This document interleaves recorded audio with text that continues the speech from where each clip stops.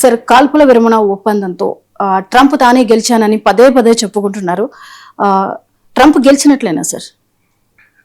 అంటే ట్రంప్కు ఇప్పుడు గెలిచినట్టు చెప్పుకోకపోతే అమెరికాలో ప్రజలు తిరగబడతారు. అందువల్ల ట్రంప్ ఓడినా కూడా గెలిచినట్టు చెప్పుకోవాలి. సో ట్రంప్ ఓడిపోయాడా గెలిచాడా అంటే మీకు ఎనీ వార్లో రెండు డైమెన్షన్స్ ఉంటాయి.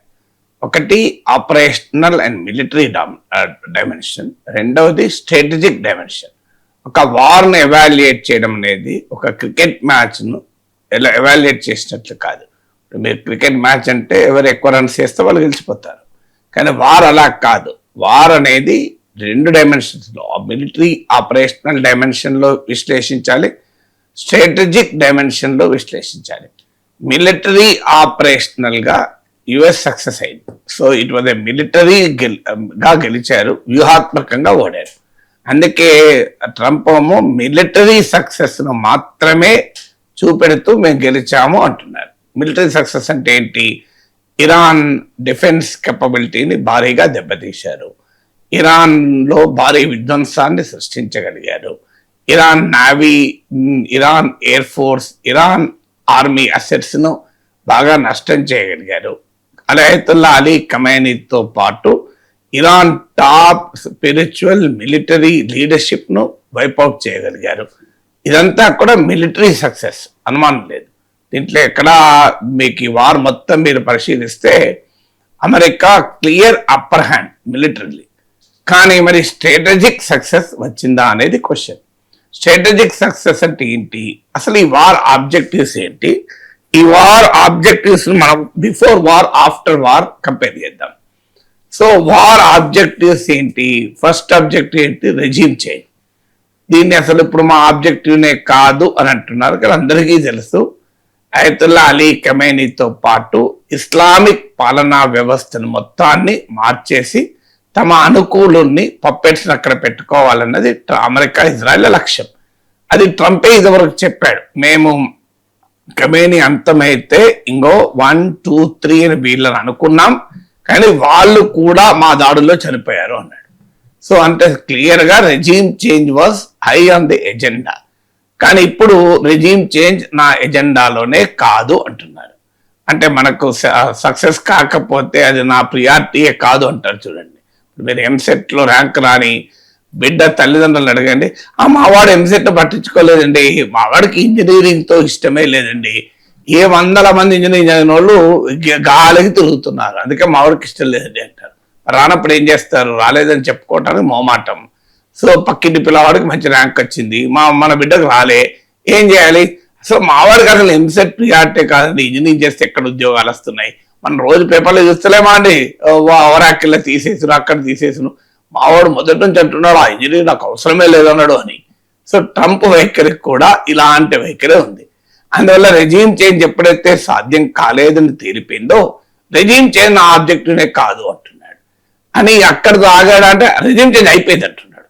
ఏమైపోయింది రెజీమ్ చేంజ్ అంటే, అప్పుడున్న రెజీమ్ వేరు, ఇప్పుడున్న రెజీమ్ వేరు.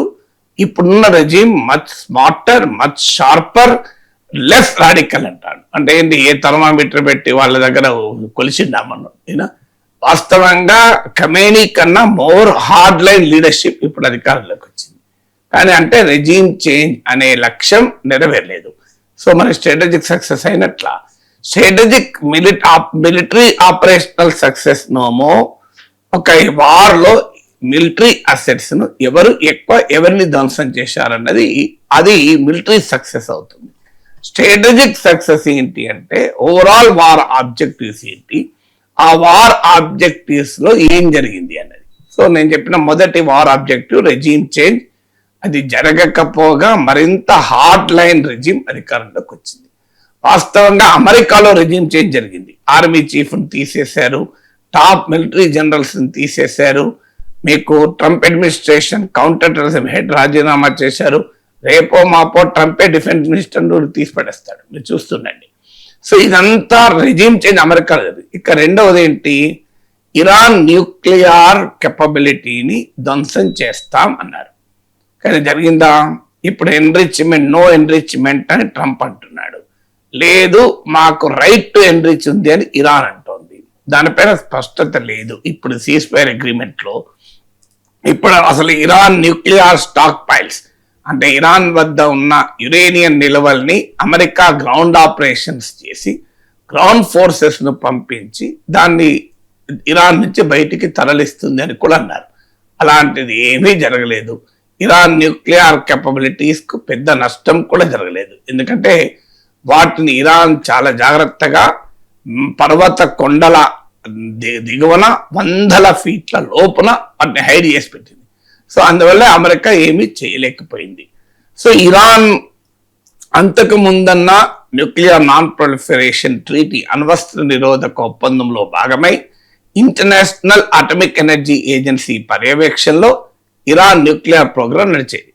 IAEA పర్యవేక్షణలో ఉన్న ఏ దేశం కూడా అణుబాంబు తయారు చేయడం సాధ్యం కాదు. ఎందుకు సాధ్యం కాదంటే IAEA రెగ్యులర్ ఇన్స్పెక్షన్లు చేసి మరి న్యూక్లియర్ మెటీరియల్ ఎన్రిచ్ అవుతుందా వెపన్ గ్రేడ్ వరకు అని చెక్ చేస్తుంటది. ఇరాన్ IAEA పర్యవేక్షణ కింద ఉండే, NPTలో భాగంగా ఉండే, ఇరాన్ కన్వాయుధాలు చేయాలని కోరికుందా లేదా తర్వాత సంగతి. కానీ చేసటానికి వీలు లేని పరిస్థితులు ఉండే. పైగా 2003లోనే అయతుల్లా అలీ ఖమైనీ ఈ న్యూక్లియర్ వెపన్స్ కు వ్యతిరేకంగా ఫత్వా జారీ చేశాడు.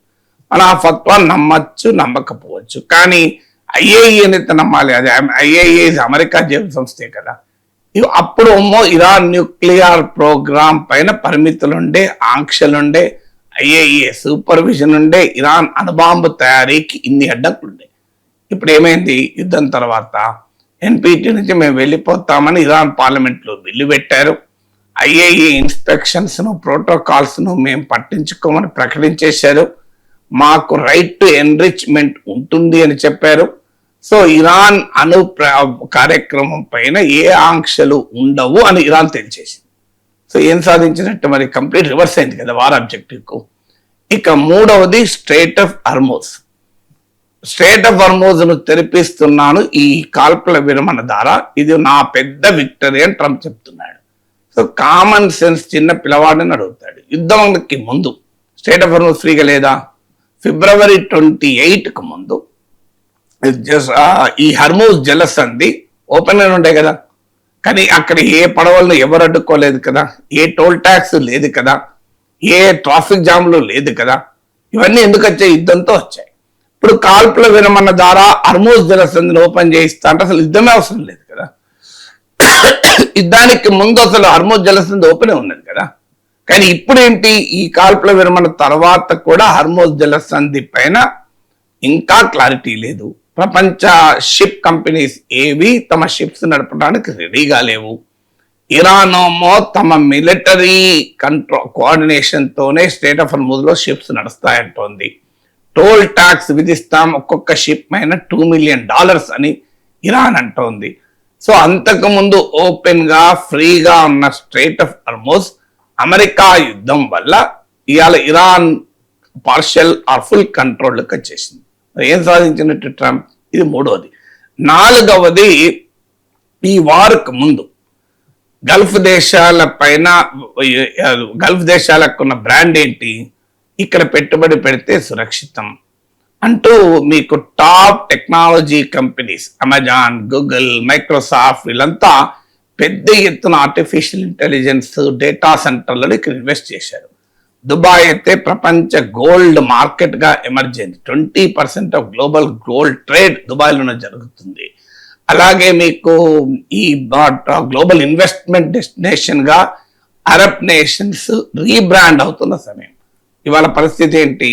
అవి అన్సేఫ్ అని, సో అక్కడ ఎప్పుడైనా ఏదైనా జరగవచ్చని ఒక అనిశ్చిత అస్థిర ప్లేస్ గా వాటి బ్రాండ్ మారిపోయింది. సో వాటికి ఈ బ్రాండ్ యుద్ధానికి ముందు ఈ బ్రాండ్ నష్టం జరగలే, యుద్ధం తర్వాతే ఈ బ్రాండ్ నష్టం జరిగింది. ఐదవది, యుద్ధానికి ముందు అమెరికా మిలిటరీ బేసెస్ ఇక్కడ గల్ఫ్ లో ఉన్నాయి. ప్రపంచంలో 80 కంట్రీస్ లో అమెరికా మిలిటరీ బేసెస్ ఉన్నాయి, 80 to 100 కంట్రీస్ లో. అందులో గల్ఫ్ దేశాల్లోనే ఒక 13-14 దాకా మిలిటరీ బేసెస్ ఉన్నాయి. సో మీకు UAE, Bahrain, Jordan, Oman, Kuwait, Iraq ఇట్లా అంతటా అమెరికన్ మిలిటరీ బేస్ ఉన్నాయి. ఈ అమెరికన్ మిలిటరీ బేసెస్ గల్ఫ్ లో సుస్థిరతకు కారణమవుతాయి. అమెరికన్ మిలిటరీ బేసెస్ ఉన్నాయి కనుక ఎవడు ఇజ్రాయెల్ ముట్టుకోలేరు. అమెరికన్ మిలిటరీ బేసెస్ ఉన్నాయి కనుక అమెరికా మిత్ర దేశాలైన అరబ్ దేశాలను ఎవరు ముట్టుకోలేరు. There is no threat from Iran కానీ వాట్స్ ఎవర్ అని అనుకున్నారు. ఇప్పుడు ఈ యుద్ధం తర్వాత ఏం జరిగింది? అవి అమెరికన్ మిలిటరీ బేసెసే డ్యామేజ్ అయ్యాయి. ఆ మిలిటరీ బేసెస్ నుంచి మిలిటరీ ఆఫీసర్స్ వెళ్ళిపోయి హోటల్లో తలదాచుకున్నారు. ఇలా అమెరికా పైన అరబ్ దేశాల కాన్ఫిడెన్సే షార్టర్ అయిపోయింది. అంటే అమెరికా మమ్మల్ని ఇజ్రాయెల్ నుంచి కాపాడలేదు, ఇరాన్ నుంచి కాపాడలేదు అని తెలిపింది. ఇజ్రాయెల్ ఖతార్ పైన అటాక్ చేయడంతో ఇజ్రాయెల్ పైన అమెరికా పైన నమ్మకం పోయింది. ఇజ్రాయెల్ దాడుల నుంచి అమెరికా కాపాడుతుందని. ఇప్పుడు ఈ వార్తో ఇరాన్ను అమెరికా నిలువరించగలుగుతున్న నమ్మకం అరబ్ దేశాలకు పోయింది. సో అరబ్ దేశాలకు అమెరికా పైన కాన్ఫిడెన్స్ పూర్తిగా దెబ్బతినటానికి ట్రంప్ యుద్ధం కారణమైంది. దానికి ఉదాహరణే సౌదీ అరేబియా పాకిస్తాన్తో ప్రత్యేకంగా డిఫెన్స్ అగ్రిమెంట్ కుదుర్చుకుంది. 40 ఇస్లామిక్ కంట్రీస్ ఇస్లామిక్ నాటో ఏర్పాటు దిశగా అడుగులు వేస్తున్నాయి. సో సొంత మిలిటరీ సెక్యూరిటీ ఆర్కిటెక్చర్ను అమెరికాపై ఆధారపడకుండా నిర్మించుకోవటానికి చూస్తున్నాయి. సో 5th డైమెన్షన్ ఏంటి? యుద్ధానికి ముందేమో అమెరికా ఆధీనంలో ఉన్న సెక్యూరిటీ ఆర్కిటెక్చర్, అమెరికా కాపాడుతుందన్న నమ్మకం. యుద్ధం తర్వాత అమెరికా పైన నమ్మకం సన్నగిలింది. అమెరికన్ సెక్యూరిటీ ఆర్కిటెక్చర్ తో నమ్మకం లేక సొంత సెక్యూరిటీ ఆర్కిటెక్చర్ నిర్మించుకోవాలని చూస్తున్నారు. ఇస్లామిక్ నాటో ఏర్పాటు ఖచ్చితంగా భారత్తో సహా అనేక ప్రపంచానికి ఇది ప్రమాదకరమైన సంకేతం. ఎందుకంటే మతం ఆధారంగా దేశాలు ఏకమై ఒక నాటో ఏర్పాటు చేస్తే ఎలాంటి ప్రమాదకర సంకేతాలు వస్తాయి. సో ట్రంప్ యుద్ధం వల్ల అమెరికా వీక్ అయింది ఈ ప్రాంతంలో. 6వది, యుద్ధానికి ముందు అమెరికా ఏమైనా చేయగలుగుతుంది. అమెరికా సర్వశక్తివంతురాలు. చూడండి, ఒక దేశ ప్రెసిడెంట్ను ఎంత చిన్న ఆపరేషన్తో లేపుకొని రాగలిగారు వెనుజులాలో. చైనా రష్యాలు చూస్తూ ఊరి పూడుకున్నాయి. ఏమీ చేయలేని దుస్థితి. వెనుజులా చైనాకు రష్యాకు సన్నిహిత మిత్ర దేశమైనా కూడా ఏమీ చేయలేకపోయాయి. అమెరికా అంటే అంత శక్తివంతురాలు. America can do anything anywhere అన్నారు. ఇప్పుడు ఆ పరిస్థితి ఉందా?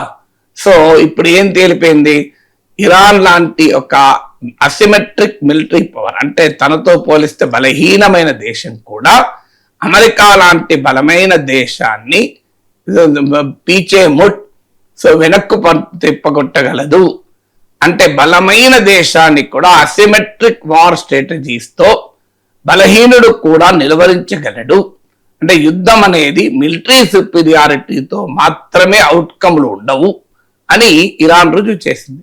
సో ఇది అమెరికా గౌరవాన్ని మంటగలిపింది. అమెరికా అంటే భయం లేకుండా ప్రపంచానికి చేయగలిగింది. ఇది అమెరికాకు లాభం తెచ్చింది. ఇది మేక్ అమెరికా గ్రేట్ అగైన్ అవుతుందా?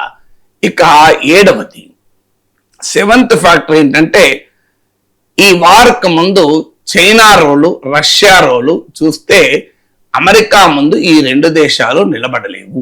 ఇవి పేరుకు మాట్లాడతాయి తప్ప, పేపర్ టైగర్స్ తప్ప అమెరికన్ ఆధిపత్యాన్ని ప్రశ్నించగలిగే శక్తి చైనాకు లేదు, రష్యాకు లేదు. సో అది వెనుజులా విషయంలో బయటపడింది, క్యూబా విషయంలో కూడా బయటపడుతుంది. సో యుఎస్ హెజమనీకి చైనా రష్యాలు ఏమీ చేయలేవు అని అనుకున్నారు. ఈ వారి తర్వాత ఏంటి పరిస్థితి? అమెరికా ఊబిలో కూరుకుపోతే పైకి రావటానికి ట్రంప్కు మార్గం లేనప్పుడు తనను ఎలాగైనా ఈ యుద్ధము నుంచి బయటపడేయండి అని ట్రంప్ మొరపెట్టుకుంటే ఆ రక్షణగా ఎవరొచ్చారు? చైనా వచ్చింది. పాకిస్తాన్ ముందున్నా చైనా వెనక అసలుగా ఆ చక్రం తిప్పింది చైనా. అంటే అమెరికా ఇరాన్ల మధ్య వార్ను చైనా ఆపింది. ఇది ప్రెసిడెంట్ ట్రంపే agency France press AFP news ఏజెన్సీకి ఇచ్చిన ఇంటర్వ్యూలో ఎక్నాలెడ్జ్ చేశాడు. పైకి పాకిస్తాన్ పేరు చెప్తున్నాడు, ఎందుకంటే ప్రతిష్ట నిలబెట్టుకోవటానికి. అంటే చైనా ఆఖరికి అమెరికాకు కూడా యుద్ధం ఆపటానికి చైనానే రావాలి. అంటే ఎవరిపైన ఆధారపడ్డారు ఇప్పుడు? ఇక మీకు యునైటెడ్ నేషన్స్ లో స్ట్రైట్ ఆఫ్ హార్మోజ్ ను యూజ్ ఆఫ్ ఫోర్స్ తో లిబరేట్ చేస్తాము అని అమెరికా ఒక తీర్మానం పెడితే చైనా రష్యాలు వీటో చేశాయి. ఈ వార్ జరుగుతున్న సమయంలో అమెరికా ఆంక్షల్ని లెక్క చేయకుండా రష్యన్ ఆయిల్ షిప్ క్యూబా చేరుకుంది. క్యూబాను అమెరికా దిగ్బంధం చేసింది. క్యూబాతో ఎవరు ట్రేడ్ చేయొద్దన్నది, క్యూబాకి ఎవరు ఆయిల్ సప్లై చేయొద్దన్నది, వెనిజులాన్ ఆయిల్ కట్ చేసింది. వెనిజులా ప్లేస్ లో మెక్సికో ఆయిల్ సప్లై చేస్తుంటే మెక్సికోను ఆపేసింది. కానీ రష్యా చేయలేకపోయింది. అమెరికా ఈ వార్లో ఉండగా రష్యన్ ఆయిల్ షిప్ ఎలాంటి అడ్డంకులు లేకుండా క్యూబా చేరుకుంది. సో మీకు రష్యా ఇరాన్ కు ఇంటెలిజెన్స్ సపోర్ట్ ఇచ్చింది. అల్టిమేట్ గా మీరు స్ట్రాటజిక్ బ్యాలెన్స్ చూడండి. అమెరికా ఒకవైపు, రష్యా చైనా మరోవైపు ఉంటే ఈ యుద్ధానికి ముందు balance was in favour of America. ఇప్పుడు ఎంతో కొంత టిల్ట్ అయి రష్యా చైనాకు ఫేవర్ గా మారింది. ఇప్పటికే అమెరికా హెజమని ఉండవచ్చు, కానీ ఇంటర్నేషనల్ రిలేషన్స్ లో స్పెక్టాక్యులర్ చేంజ్ ఒక్క రోజులో రాదు. బట్ ఇది క్లియర్ ఇండికేషన్ దట్ అమెరికాకు కళ్ళెం వేయగలిగే శక్తి ఎంతో కొంత ఇప్పటికీ రష్యాకు చైనాకు ఉన్నాయి అన్నది ఇది రుజువు చేసింది కదా. మరి ఇది అమెరికాకు స్ట్రాటజిక్ బలహీనత కదా. ఇక 8వది మీకు ట్రాన్స్ అట్లాంటిక్ పార్ట్నర్షిప్ అంటారు. అంటే అమెరికా యూరప్ల మధ్య పోస్ట్ సెకండ్ వరల్డ్ వార్ లో ఇదే క్లియర్ పార్ట్నర్షిప్, అంటే defining partnership for the post second world war world order ఏంటంటే ట్రాన్స్ అట్లాంటిక్ పార్ట్నర్షిప్, అమెరికా యూరప్ల మధ్య స్నేహం. ఇది ట్రంప్ వచ్చినాక బలహీన పడుతూ వచ్చింది. ఇప్పుడు ఉక్రెయిన్ వార్ లో మనం చూసాం అమెరికా యూరప్ల మధ్య స్నేహం. ట్రంప్ చర్యలతో అది వీక్ అవుతూ వచ్చింది. ఉక్రెయిన్ వార్ లో రష్యాకు అనుకూలంగా, పుటిన్కు అనుకూలంగా ట్రంప్ వ్యవహరించడము, ఉక్రెయిన్ కు సపోర్ట్ తగ్గించడము, తర్వాత గ్రీన్లాండ్ తో ఇది మరింతగా దెబ్బతిన్నది. మీకు నాటో పట్ల ట్రంప్ వ్యవహరించిన తీరు, యూరోపియన్ సెక్యూరిటీ పట్ల ట్రంప్ వ్యవహరించిన తీరుతో దెబ్బతిన్నది. కానీ ఫైనల్ దెబ్బ ఎక్కడ తాకిందంటే ఇరాన్ యుద్ధంలో తాకింది. మీరు చూడండి, స్ట్రైట్ ఆఫ్ హార్మోజ్ ను వదిలివేయండి, స్ట్రైట్ ఆఫ్ హార్మోజ్ ను ఓపెన్ చేద్దాం రండి అని అమెరికా నాటో దేశాలను పిలిపిస్తే ఒక్క దేశం ముందుకు రాలి. పైగా ఫ్రాన్స్, ఇటలీ, స్పెయిన్ లాంటి దేశాలు మా గగనతలాన్ని ఇరాన్ పై వారికి ఉపయోగించుకోము అని ప్రకటించేసింది. చివరకు యూకే లాంటి క్లయింట్ కంట్రీస్ కూడా అమెరికాను తో వెనక రావటానికి సిద్ధపడలేదు. Just remember 20 years ago Iraq యుద్ధం, ఆఫ్ఘనిస్తాన్ యుద్ధం, ఈ 2 యుద్ధాలలో మీరు చూడండి, లిబియాపై వార్, 3 వార్లు. ఈ 3 యుద్ధాల్లో అమెరికా ఎలా చెప్పితే అలా నాటో దేశాలు వివరించాయి. కానీ first time in the history of North Atlantic Treaty Organisation, first time in the history of the trans Atlantic post second world war partnership అమెరికాతో రమ్మంటే రాము పుమ్మని చెప్పేసిన యూరోపియన్ నాటో అలయన్స్. ఇది మరి అమెరికాను మేక్ అమెరికా గ్రేట్ అగైన్ అవుతుందా? 9వది మీకు అసలు global strategic environment లో అమెరికాకు, యూరప్ కు మరింత కీలకమైంది ఉక్రెయిన్ వార్ విషయంలో ఇప్పుడు అమెరికా మారల్ లెజిటిమసీని కోల్పోయింది. ఇప్పటిదాకా ఏమన్నారు, ఎస్ రష్యా ఉక్రెయిన్ ఎలా ఆక్రమిస్తుంది, Ukraine is an independent sovereign nation, so రష్యాది ఆక్రమితవాదము, దురాక్రమణవాదము అని అమెరికా, యూరప్ తన ప్రజలకు చెప్పగలిగింది, ప్రపంచానికి చెప్పగలిగింది. ఇప్పుడు ఏమని చెప్తారు, అమెరికా ఎక్కడో వేల కిలోమీటర్ల దూరంలో ఉండి తన భద్రతకు ఏ రకంగా ప్రమాదం లేని ఇరాన్ పైన దాడి చేసింది. మరి రష్యా ఉక్రెయిన్ పై దాడి చేయడాన్ని అమెరికా ఎలా ఆపగలుగుతుంది? రేపు చైనా తైవాన్ పైన బలప్రయోగం చేస్తే, యూజ్ ఆఫ్ ఫోర్స్ చేస్తే అమెరికా ఏ మొహం పెట్టుకొని చైనాను దోషిగా నిలబెట్టగలుగుతుంది? సో అంటే గ్లోబల్ స్ట్రాటజిక్ ఎన్విరాన్మెంట్ లో America lost its moral legitimacy. దాంతో పాటు మీకు ఇవాళ ఉక్రెయిన్ వార్ అనేది ఊసే లేకుండా పోయింది కదా. ప్రెసిడెంట్ జెలెన్స్కీ చెప్పాడు కదా, ఈ వార్ వల్ల అత్యధికంగా నష్టపోయింది తామే అని. 10వది ఈ వార్ వల్ల అమెరికాకు ఏమీ కాదు, అందుకే అమెరికా యుద్ధం చేస్తోంది. ప్రపంచంలో ఎక్కడైనా అమెరికా వార్స్ చేస్తుంది. అమెరికా ఇది ఇన్సులేటెడ్ వీటితో అనుకున్నారు. అందులో ముఖ్యంగా అమెరికా ఇది ఎనర్జీ సెల్ఫ్ సఫిషియెంట్, సొంతగా ఇంధన ఉంది, ఇంకా ఎక్స్పోర్ట్ కూడా చేస్తుంది. స్ట్రైట్ ఆఫ్ హార్మోజ్ ద్వారా అమెరికా ఆయిల్ రాదు, మిడిల్ ఈస్ట్ నుంచి అమెరికా ఆయిల్ ఇంపోర్ట్ చేసుకోదు. ఇవి డిస్టెంట్ అండ్ ఫారెన్ వార్స్. ఇంకా యుక్రెయిన్ అన్నా అమెరికాకు దగ్గరగా ఉండే యూరోప్ లో జరుగుతోంది, ఇది ఎక్కడో వెస్ట్ ఏషియాలో జరుగుతోంది. So America nothing will happen to America అని ట్రంప్ అనుకున్నాడు, ప్రపంచంలో చాలా మంది అనుకున్నారు.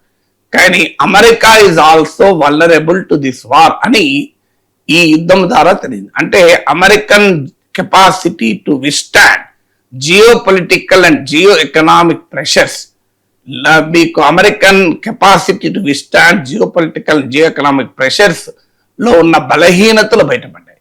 ఇవాళ అమెరికా మిలిటరీ బలహీనతలే బయటపడడం కాదు, ఇంత పవర్ఫుల్ మిలిటరీ ఉండి కూడా ఏమీ చేయలేని పరిస్థితి. F-35 యుద్ధ విమానాల్ని చిన్న చిన్న మిసైల్స్ తో ఇరాన్ కొడుతున్న తీరు చూసి ప్రపంచం నివ్వెరపోయింది.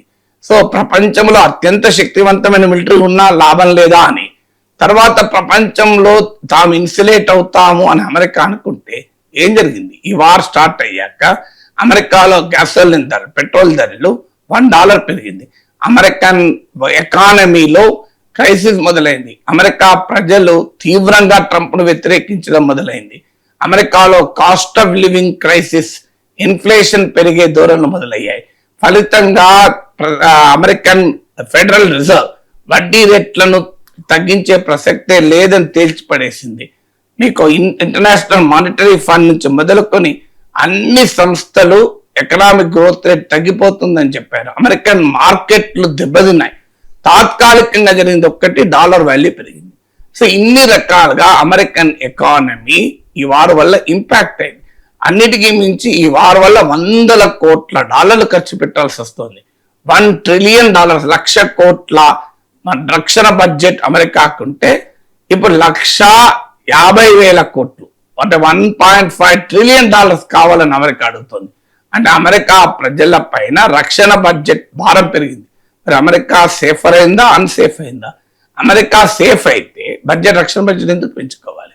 అంటే ఈ వార్ అమెరికాను అన్సేఫ్ చేసింది వెనకనే ఇలా రక్షణ బడ్జెట్ పెంచుకోవాల్సి వస్తుంది. కామన్ సెన్స్ చెప్తుంది కదా. సో ఈ 10 రకాలుగా చూస్తే మీకు అర్థమవుతున్నది ఏంటి? ఎస్, అమెరికాకు మిలిటరీ సక్సెస్ లభించింది నిజం, కానీ స్ట్రాటజిక్ గా అమెరికా ఓడిపోయింది. అంటే మిలిటరీ రీత్యా, ఆపరేషనల్ రీత్యా విజయవంతమైంది, కానీ వ్యూహాత్మకంగా ఓడిపోయింది. అందుకే మీకు చూడండి, వారకు ముందు అమెరికా శాసిస్తుండే ఇరాన్ బిక్కుబిక్కుమంటుండే. ఇప్పుడు ఇరాన్ షరతులు పెడుతోంది. ఇక్కడ విన్నారా మీరు? ఓడిపోయిన దేశం ఎక్కడైనా షరతులు పెడుతుందా? ఇలా ఇరాన్ షరతులు పెడుతోంది. మా 10 పాయింట్ అది వర్కబుల్ ప్రపోజిషన్ అని ట్రంప్ సర్టిఫికెట్లు ఇస్తున్నాడు. ఇలా ఇరాన్ తో అమెరికా కూర్చొని చర్చలు జరపాల్సి వస్తుంది. ఇది ఎక్కడైనా ఓడిపోయిన దేశం చేస్తుందా? 1971లో మనం పాకిస్తాన్ ఓడించాం. పాకిస్తాన్ ఇలా షరతులు పెట్టిందా? బంగ్లాదేశ్ లో వదిలేసుకొని వెళ్ళిపోవాల్సి వచ్చింది కదా తూర్పు పాకిస్తాన్. 90,000 మంది సోల్జర్స్ లొంగిపోయారు కదా. వార్ అంటే అది కదా, వార్ అవుట్కమ్ అంటే అది కదా. సో మరి ఎక్కడైనా పాకిస్తాన్ షరతులు పెట్టిందా? పాకిస్తాన్ తో మనం షరతులు పెట్టాంటే పాకిస్తాన్ షరతులు పెట్టలేదు కదా. సో అంటే వార్లో ఓడిపోలేదు ఇరాన్ అనటానికి ఉదాహరణే ఇరాన్ ఇవాళ శాసిస్తోంది. ఇరాన్ స్టేట్ ఆఫ్ హార్మజ్ తెరవం ఏం చేసుకుంటావు చేసుకోపో అంటోంది. ఈ అవసరమైతే ఈ డీల్ ని బ్రేక్ చేసుకుంటామని హెచ్చరిస్తోంది. ఇరాన్ 10 పాయింట్ల ప్లాన్ పెడితే ట్రంప్ దాన్ని చర్చిస్తానంటున్నాడు. That itself shows that strategic victory is for Iran, military success is for America.